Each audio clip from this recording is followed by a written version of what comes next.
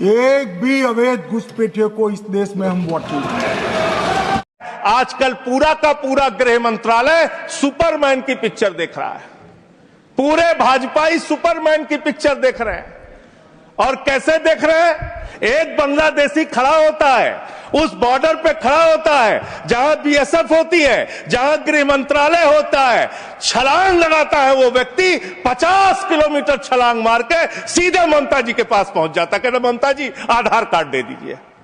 Border की सुरक्षा के साथ सबसे ज्यादा खिलवाड़ करने का काम इस देश में, घुसपैठियों को सबसे ज्यादा पनाह देने का अब पाप अगर किसी पार्टी ने किया है तो उस पार्टी का नाम है भारतीय जनता पार्टी और उस सरकार का नाम है मोदी सरकार और उसका गृह मंत्रालय। फालतू की बातें मत करो, फालतू की बातें करना बंद करो। कितने शर्म की बात है, एक दोस्त के लिए देश की सुरक्षा के साथ आप समझौता करते हैं। और इन्होंने कितना बड़ा पाप किया वो भी बता रहा हूं। पाकिस्तान की सीमा में गुजरात के अंदर भारत की सुरक्षा कानूनों में रिलैक्स देने का काम इस अपराध इस सरकार ने किया है। अपने एक दोस्त को एनर्जी पार्क का ठेका देने के लिए, उसका फायदा पहुंचाने के लिए, उसका धंधा कराने के लिए, देश की सुरक्षा के साथ अपने दोस्त को फायदा पहुंचाने के लिए, अडानी को फायदा पहुंचाने के लिए आपने बॉर्डर की सुरक्षा पे, वहां के कानूनों पे रिलैक्स देने का काम किया। ज्यादातर राज्यों में डबल इंजन की सरकार है, डबल इंजन की सरकार है। ऊपर भी मोदी जी, नीचे भी मोदी जी, ऊपर भी मोदी जी, नीचे भी योगी जी, ऊपर भी मोदी जी, नीचे भी हेमंत बिस्व शर्मा जी, चारों तरफ महामानव की सरकार महोदया, महामानव की सरकार। वो तो अवतार भी कहते हैं अपने आप को। और उस अवतार की सरकार में घुसपैठ हो जा रही है। हिंदुस्तान के अगर किसी कोने में अवैध घुसपैठिया है, अवैध रूप से कोई नागरिक रह रहा है, तो उसके लिए सीधे तौर पे भारतीय जनता पार्टी की सरकार और प्रधानमंत्री नरेंद्र मोदी जिम्मेदार है, कोई दूसरा जिम्मेदार नहीं है। बॉर्डर की सुरक्षा महोदया किसके पास है? बॉर्डर की सुरक्षा गृह मंत्रालय के पास है। बीएसएफ लगी हुई है वहां पे। चीन घुसपैठ कर रहा है, हम लोग चिल्लाते हैं, बोलते हैं, आपको उसके बारे में बोलने की फुर्सत नहीं। गलवान घाटी में हमारे 20 जवान शहीद हो गए, लेकिन शर्म आती है उस चीन के साथ आपने अपना व्यापार बढ़ाने का काम किया है, हिंदुस्तान का रुपया उन तक पहुंचाने का काम किया है। देश के बॉर्डर की सुरक्षा आपके जिम्मे है। मैं बड़ा हास्यास्पद तर्क सुन रहा था, बहुत ही हास्यास्पद तर्क।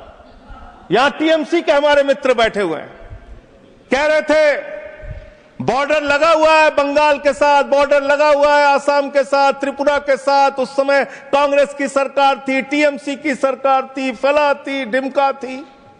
आधार कार्ड बन गया, आधार कार्ड बन गया, इसलिए उसी आधार कार्ड ने सब गड़बड़ कर दिया। और उसी आधार कार्ड की वजह से एक बांग्लादेशी घुसपैठिया बंगाल से चला, आसाम से चला, त्रिपुरा से चला, झारखंड पार किया, बिहार पार किया, यूपी पार किया, दिल्ली आ गया। और ये बेचारे देखते रहे, इन्होंने कुछ नहीं किया।